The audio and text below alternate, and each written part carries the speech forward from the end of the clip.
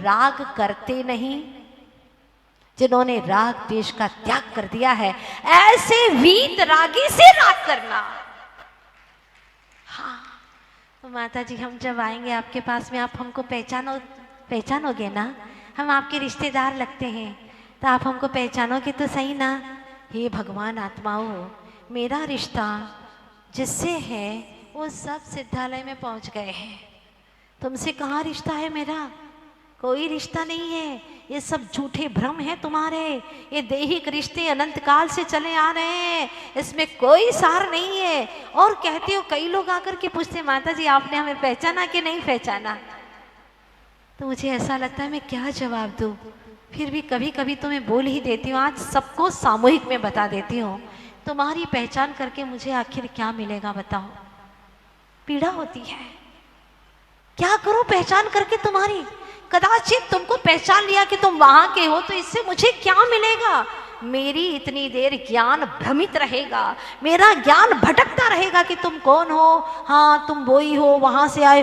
काश इतना समय मैं अपनी चेतन आत्मा में लगाती, काश इतना समय मैं अपने उपयोग को प्रभु परमात्मा में लगाती, वितरागता में लगाती, तो मेरे भीतर में आनंद का सरोवर उमड़ता। क्या मिलेगा? राग की ओर जाएगा तो रागी ही बनेगा, द्वेषियों की तरफ जाएगा तो द्वेषी बनेगा। प्रभु अब तो मुझे वीतरागी होना है। एक ही लक्ष्य, एक ही उद्देश्य, एक ही प्रोजेक्ट, और कुछ भी उद्देश्य नहीं है। मुझे वीतरागी होना है। वीतरागी होते ही सारे दुख खत्म, सारे कष्ट संकट समाप्त, विघ्न कुछ रहे, वो जीवन चाहिए। कभी कभी ये भक्त बोलता है प्रभु से, मैं राग से रागी हुआ और द्वेष से द्वेषी हुआ, पर आप सा सानिध्य पाकर क्यों नहीं ज्ञानी हुआ।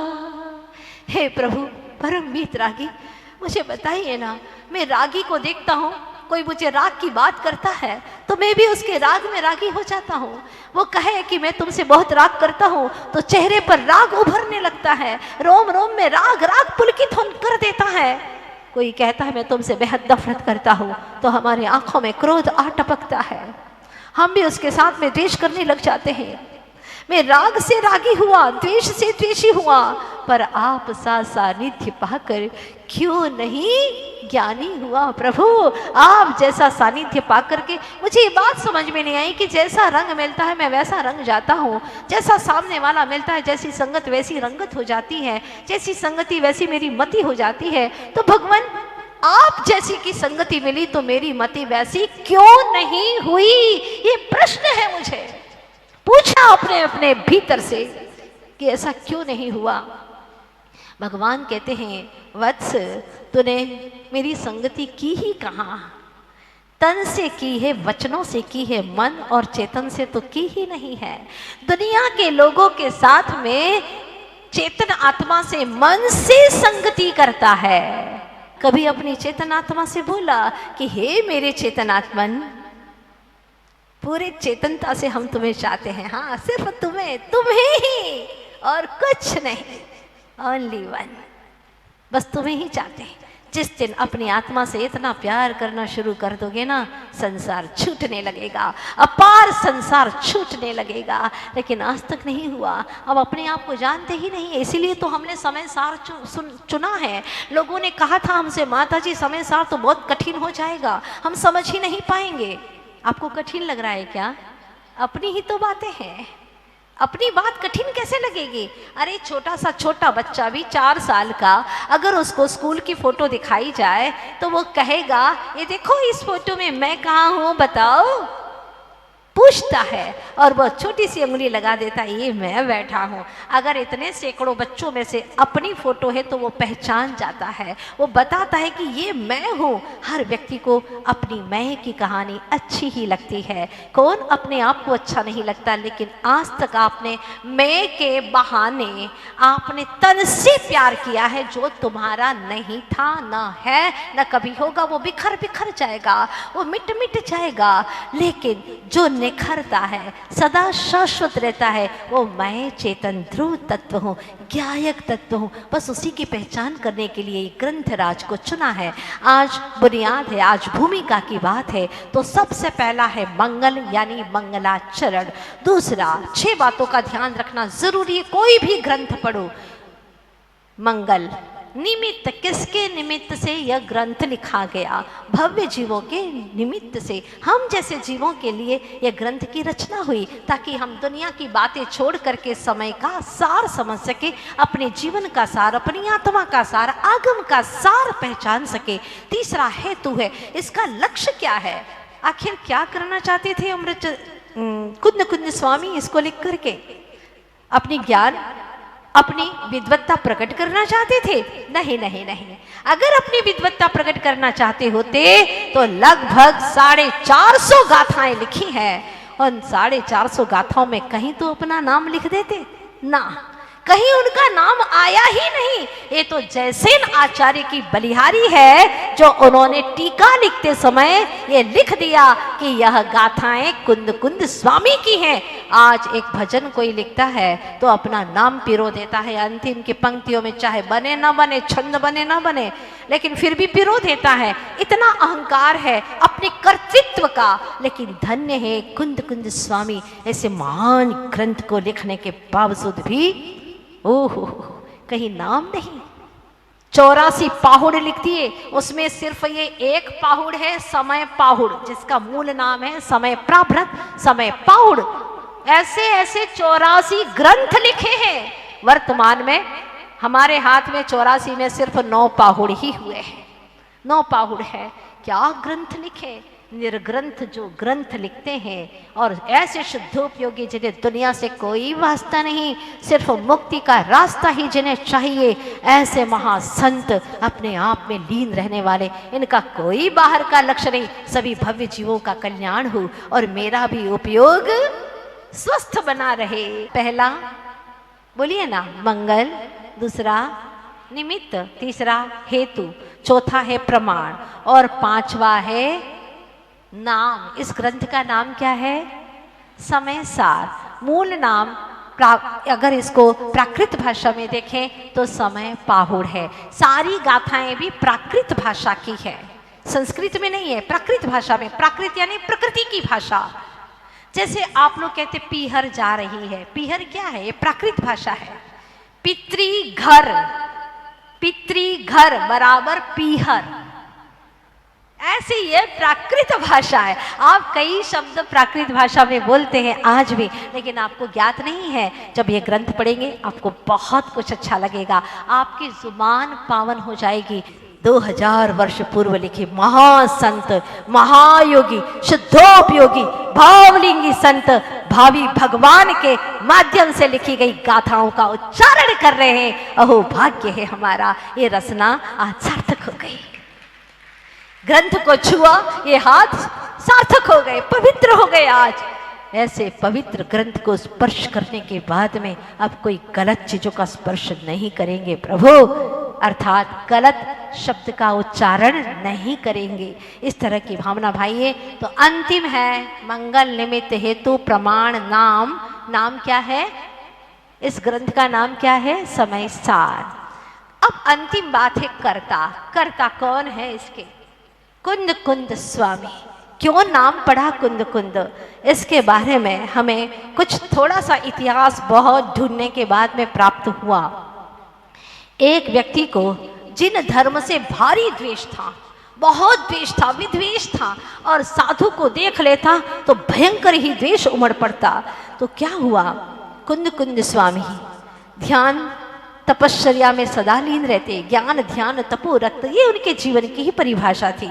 एक दिन कुंद कुंद स्वामी तप करने वाली जो गुफा थी वहां पर विराजमान थे। उस गुफा में उस विद्वेषी व्यक्ति ने जाकर के शराब का घड़ा रख दिया, शराब का घड़ा रख दिया और राजा के पास में आकर के शिकायत कर दी कि ये क्या, ये कोई साधु है? हाँ, जाकर के देखो कितनी गंदी चीजें उनके स्थान पर पड़ी हुई हैं, सेवन करते हैं वो।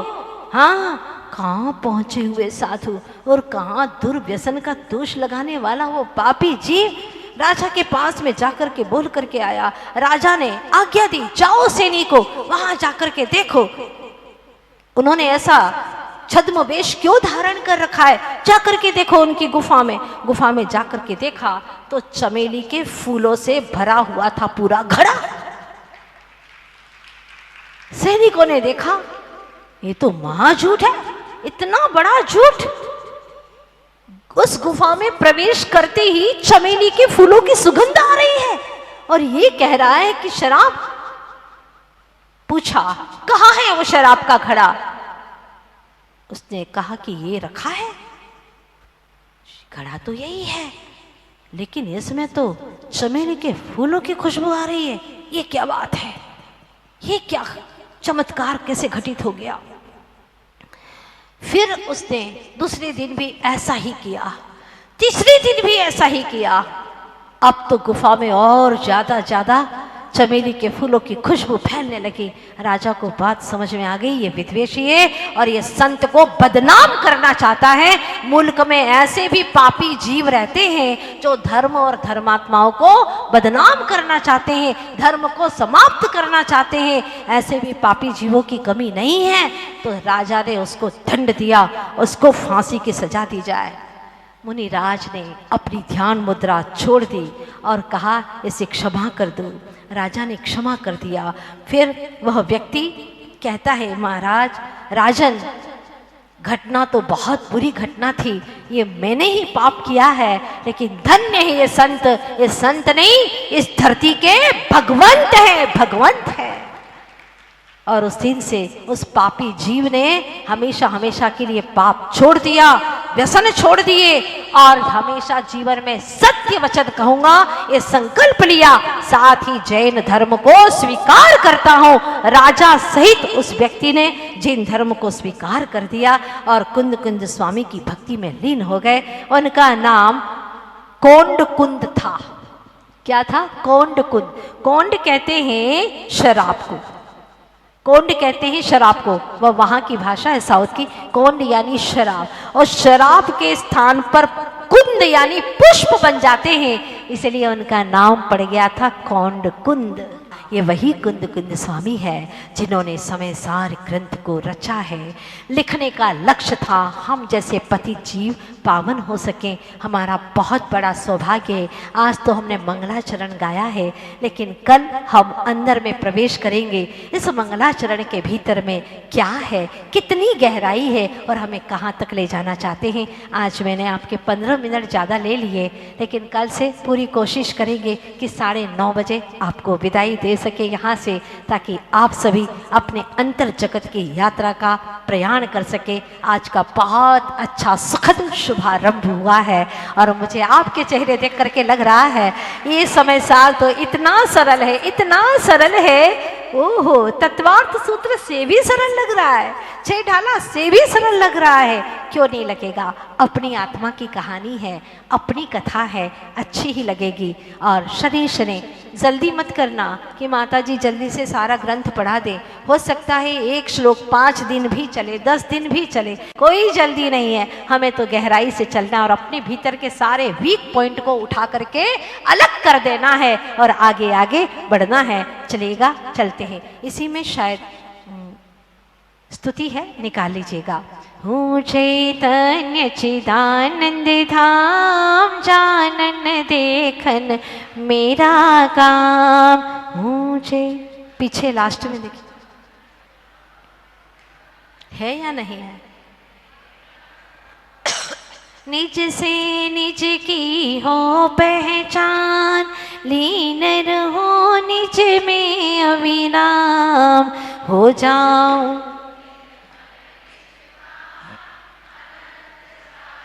भावों से पढ़िएगा। हूँ चैतन्य चिदानंद। सभी लोग पीछे तक, सभी लोग गाइए। विषय कषाय दुख की खान, स्वात्म ज्ञान सुख शांति निधान। किंतु मोहवश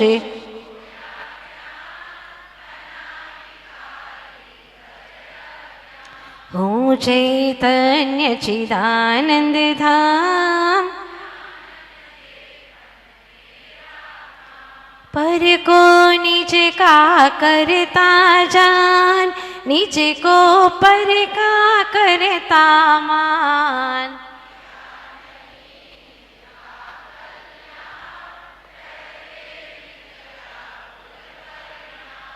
हूँ चैतन्य चिदानंद धाम,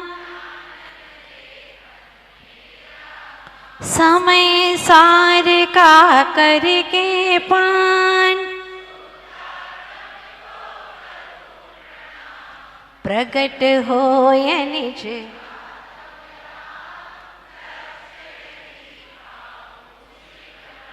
हूँ चैतन्य चिदानंद धाम,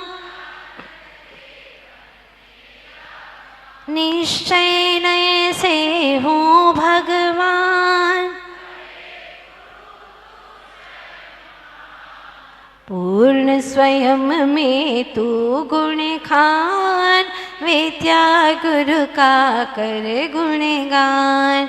हूँ चैतन्य चिदानंद धाम।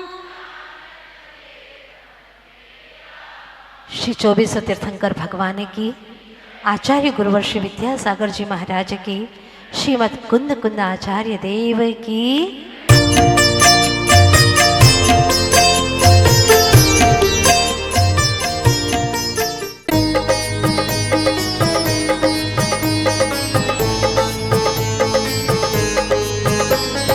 भक्त वत्सला महातपस्विनी, ज्ञान की है भंडार। भक्त वत्सला महातपस्विनी, ज्ञान की है भंडार। पूर्णमती माँ के श्रीमुख से बहती अमृत धार, बहती अमृत धार। जय जय पूर्णमती गुरु माँ, जय जय पूर्णमती गुरु माँ, जय जय पूर्णमती गुरु माँ, जय जय पूर्णमती गुरु माँ।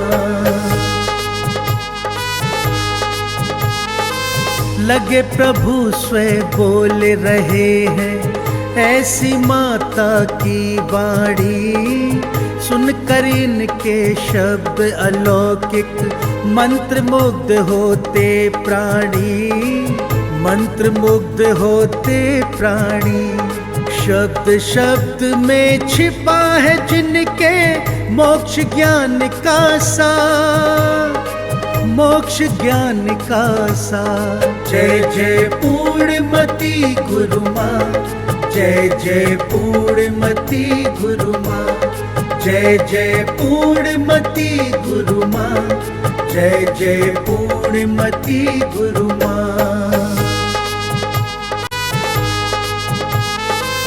ज्ञान के पावन मोती गुरु माँ, सारे जग को बांट रही।